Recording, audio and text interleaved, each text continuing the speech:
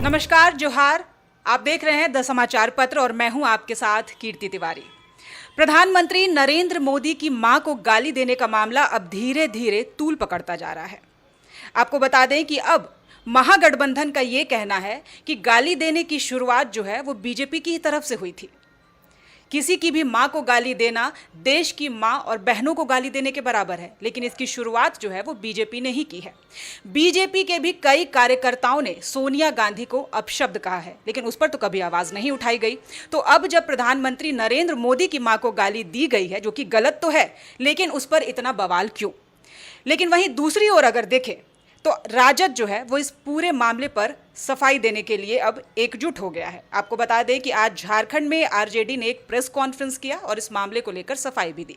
वहीं दूसरी ओर बिहार बंद भी बुलाया गया, जो कि बीजेपी ने बुलाया। आपने देखा होगा कि पिछले हफ्ते बीजेपी की महिला मोर्चा जो है वो कांग्रेस कार्यालय का घेराव करने भी पहुंची थी। इसी मामले को लेकर उनके साथ वहां बदसलूकी भी की गई थी। कुल मिलाकर यह मामला अब धीरे धीरे जो है वो राजनीतिक रंग लेने लगा है। आपको बता दें कि हालांकि ये पूरा राजनीतिक मामला ही है, लेकिन ये धीरे धीरे अब इतना बढ़ चुका है कि इसे जो है वो कई नेता, कई मंत्री अब भुनाने पर उतारू हो गए हैं। क्या वाकई राजनीति में अब सब कुछ इतना ज़्यादा जायज़ हो चुका है कि आप कुछ भी बोलने से पहले परहेज नहीं कर रहे हैं? चुनाव ज़रूरी है, लेकिन क्या चुनाव इतना ज़्यादा ज़रूरी हो चुका है कि हम किसी की भी माँ को, बहन को, बेटी को गाली दे सकते हैं, उसके बाद सड़कों पर उतर जाएंगे और कहेंगे कि ये गलत है? ये कितना सही है, कितना गलत है और क्यों इसे राजनीतिक रंग दिया जा रहा है, ये हम जानेंगे हमारे सहयोगियों के साथ, जो कि हमारे साथ विशाल हैं। विशाल हमारे सहयोगी हैं। साथ ही आज हमारे स्टूडियो में वरिष्ठ पत्रकार मनीष आनंद जी भी हैं। हम इनसे भी इस पूरे मामले पर आज चर्चा करेंगे और इनका पक्ष जो है वो जानने की कोशिश करेंगे, ताकि आपको द समाचार पत्र जो है वो हमेशा निष्पक्ष नजर आए। आपको ये न लगे कि समाचार पत्र सिर्फ अपनी बात आपको दिखा रहा है, वो अन्य सहयोगियों, अन्य वरिष्ठ पत्रकारों की नज़रिए से क्या दिख रहा है, हम वो भी आप तक ले जाएंगे। सबसे पहले हम मनीष जी से ही जानेंगे, क्योंकि वरिष्ठ हैं, बहुत बातों को, बहुत चीज़ों को, राजनीतिक को बहुत अच्छे तरीके से समझते हैं। मनीष जी, क्या वाकई अब सब कुछ जायज़ हो गया है? राजनीति में हम तो देखते हैं साम दाम दंड भेद सब कुछ चलता है, लेकिन अब ये साम दाम दंड भेद क्या बहन, बेटी और माँ तक चला गया है? मुझे लगता है कि राजनीति का ये सबसे बेशर्म काल चल रहा है, जो अभी चल रहा है वो राजनीति के सबसे बेशर्म काल में से ही अभी हम लोग जी रहे हैं, उसी बेशर्म काल में, जिसमें कोई मर्यादा नहीं, किसी शब्दों की ना मर्यादा है, ना कोई भाषा की मर्यादा है। और मैं सबसे बात शुरू करूंगा वहाँ से जहाँ से कि ये पूरा मामला उठ के आया दरभंगा के उस कार्यक्रम से, जहाँ राहुल गांधी और तेजस्वी यादव कार्यक्रम करके गए और उस मन से कोई अनजान शख्स जो एक ट्यूब वाला था, पंक्चर बनाने वाला था, वो वहाँ आके प्रधानमंत्री नरेंद्र मोदी की मां को लेकर अपशब्द करता है, कहता है, जिसकी पूरी निंदा की जानी चाहिए और किया भी जा रहा है, हर राजनीतिक दलों ने किया है। लेकिन इसको प्रेजेंट कैसे किया जा रहा है, पहले तो ये देखना होगा कि इसको प्रेजेंट ऐसे किया जा रहा है जैसे कि आरजेडी या कांग्रेस के नेताओं ने, राहुल गांधी और तेजस्वी यादव ने ये बातें कही। ये बातें नहीं कही, ये बात सच है, लेकिन उसको प्रेजेंट, राजनीति है, चुनाव अभी बिहार में होना है, तो उसको उस तरीके से प्रस्तुत किया जा रहा है। उसको लेकर आज जो है वो बिहार बंद बुलाया गया और मुझे नहीं लगता है कि भारत के इतिहास में कोई ऐसा बिहार बंद रहा होगा जिसमें जिस पार्टी ने बंद का आह्वान किया होगा उसकी इतनी ज़्यादा भद्द पीटी होगी जितनी आज बीजेपी की भद्द पीटी है। क्योंकि आप अगर इस की शुरुआत अगर आप देख लेंगे तो सबसे पहले एक सोशल मीडिया पे वीडियो वायरल हुआ। समर प्रताप एक यूट्यूबर हैं, उनका मैंने खुद उस समर प्रताप से बात की इस पूरे वीडियो वायरल होने के बाद, जिस वीडियो में बीजेपी का एक प्रखंड अध्यक्ष है वो एक एम्बुलेंस को अस्पताल नहीं जाने दे रहा और जिसमें कि एक गर्भवती महिला है और उसको लेबर पेन हो रहा है, उस स्थिति में उसको अस्पताल नहीं जाने दे रहा और बहुत लंबी चौड़ी बकझक हुई, आखिरकार वो महिला अस्पताल गई। लेकिन आप सोचिए कि स्तर कितना गिर गया है कि प्रधानमंत्री नरेंद्र मोदी की मां के अपमान का बदला महिलाओं के अपमान से लिया जा रहा है। ये एक शुरुआत थी एम्बुलेंस। उसके बाद जहानाबाद में महिला टीचर को खदेड़ा गया, उनकी हुटिंग की गई, उनके साथ बदसलूकी की गई। जो कि एक महिला है वो स्कूल जा रही थी बच्चों को पढ़ाने के लिए। एक दरभंगा से एक वीडियो आया जिसमें एक स्कूटी सवार युवती जो है वो ऑफिस जा रही थी, वो बंद समर्थक, बीजेपी समर्थक उसको नहीं जा रहे थे, हाथ जोड़ के वो गिड़गिड़ा रही थी कि मुझे ऑफिस जाने दीजिए, वो भी एक महिला थी। एक पति पत्नी के साथ बदसलूकी हुई बंद के दौरान, वो भी उसमें भी पत्नी महिला थी। उसके बाद बच्चियां थी जिनको स्कूल कॉलेज जाना था, परीक्षा देना जाना था, तो वो भी एक महिला थी। मतलब महिला के अपमान का बदला महिलाओं के अपमान से लेना है, तो इससे ज़्यादा बेशर्मी कुछ नहीं हो सकता। और पूरी तौर पे बीजेपी का ये बंद पूरी तौर पे फ्लॉप रहा है। हम एक राजनीतिक के तौर पे नहीं कर रहे हैं, मुझे किसी भी पॉलिटिकल पार्टी से कोई मतलब नहीं है, ना बीजेपी से, ना कांग्रेस से, ना आरजेडी। लेकिन एक पत्रकार के तौर पे जब आप चीज़ों को देखते हैं तो ये लगता है कि जो सिलसिला बना जिसको बीजेपी भुनाना चाह रही थी, मुझे लगता है कि ये बीजेपी जिस चीज़ को लेकर जा रही थी, हालांकि प्रधानमंत्री या बीजेपी इस तरीके से प्रस्तुत कर रही है चीज़ों को कि सिर्फ प्रधानमंत्री नरेंद्र मोदी की माँ ही देश में माँ है, महिला है, उसके बाद किसी की कोई महिला नहीं। अगर आप महिलाओं की अपमान की बात करेंगे तो आपको राहुल गांधी की माँ के अपमान को भी देखना पड़ेगा, जिसके लिए प्रधानमंत्री ने खुद ने ऐसे ऐसे शब्द बोले हैं जो हम अपने दर्शकों को बता भी नहीं सकते। लेकिन महिलाओं की जहाँ तक बात है तो ये बीजेपी को सोचना चाहिए और हमारे देश के लोगों को भी सोचना चाहिए, क्या प्रधानमंत्री नरेंद्र मोदी की माँ ही एकलौती माँ है इस देश में, या और भी महिलाएं और बच्चियां हैं, बेटियां हैं? क्या एक प्रसव पीड़ा से परेशान महिला को अस्पताल नहीं पहुँचाने से प्रधानमंत्री नरेंद्र मोदी की माँ को लेकर जो अपशब्द कहेंगे उसका बदला पूरा हो जाएगा? तो इस पूरे अगर आप एपिसोड में देखेंगे तो मुझे लगता है कि बीजेपी खुद एक्सपोज हो गई है और उसकी जितनी भद इस बिहार बंद में पिटी है वैसे कभी किसी राजनीतिक दल की नहीं पिटी। चलिए, कुल मिलाकर देखा जाए तो बीजेपी जिस मामले को लेकर बिहार बंद बुला रही थी, वहीं उसी महिला, उसी बेटी को फिर से बीजेपी ही बेइज्जत करने पर आज जो है वो तुल गई। हमारे साथ विशाल भी है। विशाल, अब इस पूरे मामले में राजद अपनी सफाई आखिर क्यों दे रहा है, जब महागठबंधन साथ है? राहुल गांधी के मंच से जो इस तरह की बात हुई है, हालांकि उसका विरोध भी किया जा रहा है, क्योंकि जो भी बड़े और दिग्गज नेता है वो यही कह रहे हैं गलत तो हुआ है, लेकिन वो कार्यकर्ताओं ने किया। लेकिन अब कार्यकर्ताओं ने कर दिया, ये मामला रफा दफा करना चाहिए, लेकिन फिर से वापस आके आज उस झारखंड में क्यों आखिर प्रेस कॉन्फ्रेंस करने की ज़रूरत पड़ रही है? बिल्कुल, देखिए, बिहार की जो राजनीति है झारखंड के बिना अधूरा है। यही कारण तो है कि जो अपशब्द है बिहार की धरती से पीएम नरेंद्र मोदी की मां के लिए किया गया था, लेकिन उसका असर कहां देखने को मिला? झारखंड में बीजेपी की जो महिला मोर्चा की जो कार्यकर्ता हैं कांग्रेस कार्यालयों को घेरने का काम करती है।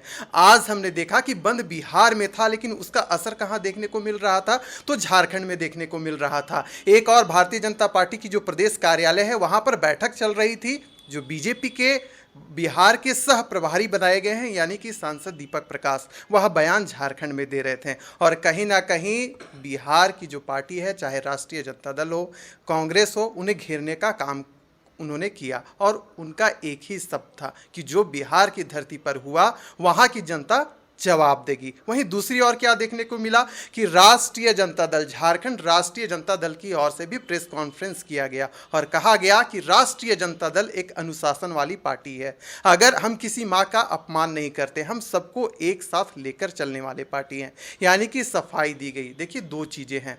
बिहार की अगर हम राजनीति को देखें तो बिहार में विधानसभा चुनाव होने वाला है। 38 जिले, 9 प्रमंडल, लगभग 45,103 गांव आज अपनी कथा और व्यथा कहने को तैयार है। लेकिन जो कथा और व्यथा को सुनेगा कौन? जो वहां राज्य कर रहा है या जो विपक्ष में बैठा हुआ है? देखिए, प्रसाद किशोर ने भी कहीं ना कहीं कटाक्ष किया और दोनों पार्टियों को घेरने का काम किया, चाहे भारतीय जनता पार्टी हो, कांग्रेस हो या राष्ट्रीय जनता दल हो। जिस प्रकार से तेजस्वी यादव का रील वायरल हुआ, बिहार बाढ़ से पीड़ित है, उन्होंने इस पर भी कटाक्ष किया, पीएम नरेंद्र मोदी को भी कहीं ना कहीं कटघरे में खड़ा करने का काम किया। देखिए, आज बिहार की देखें तो विस्थापन एक बहुत बड़ी समस्या है, पलायन बहुत बड़ी समस्या है, शिक्षा, रोजगार, ये कैसे जो मुद्दे हैं आज गौन हो चुकी हैं और केवल एक ही बात का चर्चा हो रहा है कि पीएम नरेंद्र मोदी की मां को गाली कैसे दे दिया गया।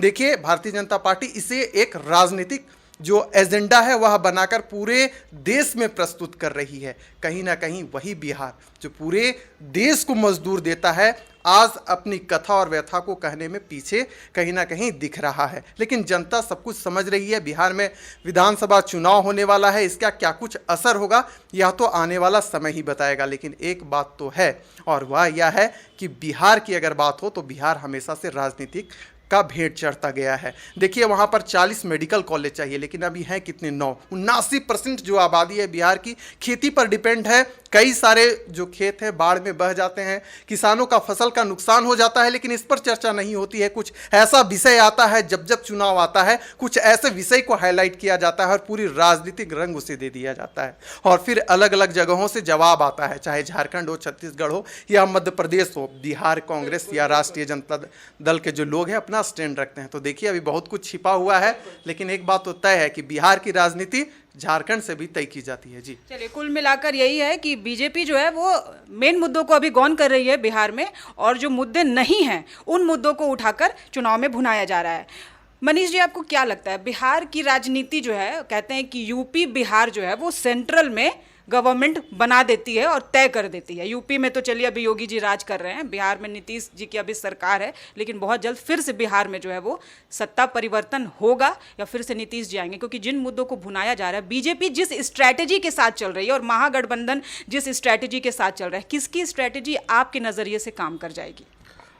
देखिए, 2 फैक्टर मुझे लगता है कि अभी फ़िलहाल काम करता हुआ नज़र आ रहा है।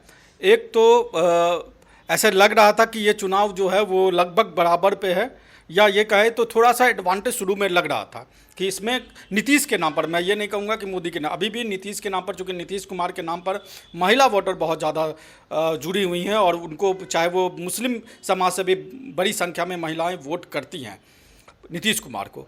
अभी नीतीश कुमार ने रोजगार के नाम पर 10,000 रुपये देने की घोषणा की, जो महिलाओं के खाते में आ जाएगा, मुझे लगता है कि चुनाव से पहले वो एक असर डाल सकता है। लेकिन पिछले दिनों जो राहुल गांधी की यात्रा रही, और जो प्रधानमंत्री राहुल गांधी की यात्रा का से जो बीजेपी को या एनडीए को जो नुकसान होता हुआ नज़र आ रहा था, उसकी काट नरेंद्र मोदी ने अपनी माँ को लेकर इमोशनल कार्ड से खेला कि मेरी माँ को लेकर अपशब्द कहा गया, या बिहार का मतलब महिला का अपमान है, और आरजेडी और कांग्रेस को, तेजस्वी यादव और राहुल गांधी को घेरने की कोशिश की गई।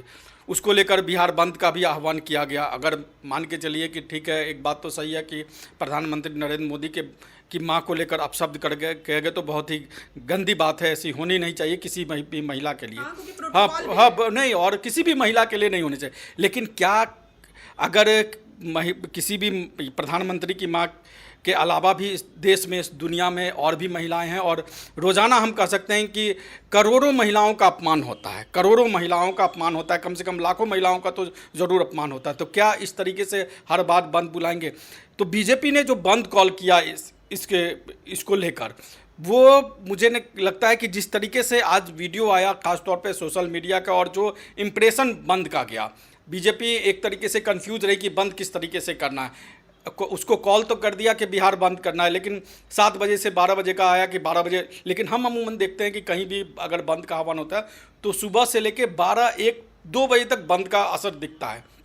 लेकिन अगर पूरी तौर पे आप देखें तो बिहार में बंद का असर वैसा कहीं दिखने का, पटना में भी देखने को नहीं मिला, जहां पटना में डाक बंगला चौराहा सबसे व्यस्त होता है और वहां पर बंद का असर दिखता है। लेकिन उस बंद को लेकर नकारात्मक खबरें जो हैं वो लगातार आती रही। आप देखिए सोशल मीडिया पे कम से कम 1 दर्जन ऐसे वीडियो हैं जिसमें कि उस बंद को लेकर जो लोगों को परेशानी हुई, जो महिलाओं का अपमान हुआ, प्रधानमंत्री नरेंद्र मोदी की मां के अपमान का बदला जिस तरीके से बिहार की महिलाओं का अपमान करके लिया गया, उस तरह के जो वीडियो हुए, ये मुझे लगता है कहीं ना कहीं बीजेपी को इसका ये दाव बीजेपी को उल्टा पड़ता हुआ नजर आ रहा। अब इसका आने वाले समय में चुनाव पर क्या असर पड़ेगा, अभी लंबा समय है, इसलिए कहना जल्दीबाजी है, लेकिन चुनाव अभी मुझे लगता है कि थोड़ा सा खुला हुआ है। चलिए, तो आपने जाना कि जो ये राजनीतिक मुद्दे हैं, जाहिर सी बात है कि इसमें अभी फिलहाल जो है वो बिहार चुनाव को लेकर प्रधानमंत्री नरेंद्र मोदी की मां को एक मंच से, राहुल गांधी के मंच से जो है वो गाली दे दी गई, उस मुद्दे को लेकर भुनाया जा रहा है। गलत है, हमें भी पता है गलत है। जो बड़े नेता हैं, शिक्षित राजनेता हैं, वो भी इसका विरोध कर रहे हैं कहीं ना कहीं, लेकिन उनका एक ये भी कहना है कि ये कोई ऐसा मुद्दा नहीं है जिसे इतना भुनाया जाए, क्योंकि कई बड़े नेता जो है वो बड़बोलेपन में अन्य महिलाओं को अभद्र भाषा भाषा का इस्तेमाल अन्य महिलाओं के लिए भी कर देते हैं। तो अगर ये अभद्र भाषा का प्रयोग प्रधानमंत्री नरेंद्र मोदी की मां के लिए किया गया तो सिर्फ यही एक मुद्दा नहीं है जो बिहार में इतना भुनाया जाए कि जो अन्य मुद्दे हैं वो गौन हो जाएं। यानी इसे इतना भी राजनीतिक रंग नहीं दे देना है कि जो वाकई जो जरूरी मुद्दे हैं, जो जनता चाह रही है, जनता की आवाज ही दब गई है अब इस मुद्दे के आगे, तो जनता की आवाज को नहीं दबाना है, जो मेन मुद्दे हैं उसे भी उठाना है। लेकिन ये हम कह रहे हैं कि मेन मुद्दे को उठाना है। फिलहाल तो प्रधानमंत्री नरेंद्र मोदी की मां को जो गाली दी गई है वही मुद्दे जो है वो सामने आ रहे हैं, दिख रहे हैं। लेकिन अब ये मुद्दा कितना और राजनीतिक रंग लेता है और बिहार में इसका क्या असर होता है, क्या चुनाव पे खासा असर होता है, ये तो जो है वो आने वाला वक्त बताएगा। चुनाव के बाद ही हमें पता चलेगा। और जैसे जैसे चुनाव करीब आ रहा है हम ये भी देख रहे हैं कि और कितने मुद्दे जो हैं वो और कितने राजनीतिक रंग, अन्य नेताओं के रंग निखर कर सामने आ रहे हैं, उभर कर सामने आ रहे हैं। तो धीरे धीरे सभी चीज़ें जो हैं वो क्लियर होगी, सब आप तक पहुंचेंगी। तब तक के लिए आप हमारा चैनल भी सब्सक्राइब कर लीजिए, लाइक कर दीजिए, क्योंकि और फॉलो भी कर दीजिए, क्योंकि हम एक एक रिपोर्ट जो है वो आपके समक्ष लाएंगे। किस तरह से राजनीतिक मुद्दे जो हैं वो बिहार में दिख रहे हैं वो सब हम आपके समक्ष लाएंगे। लेकिन सब कुछ पता चलेगा बिहार चुनाव के बाद। सहयोगी सोनू के साथ कीर्ति तिवारी।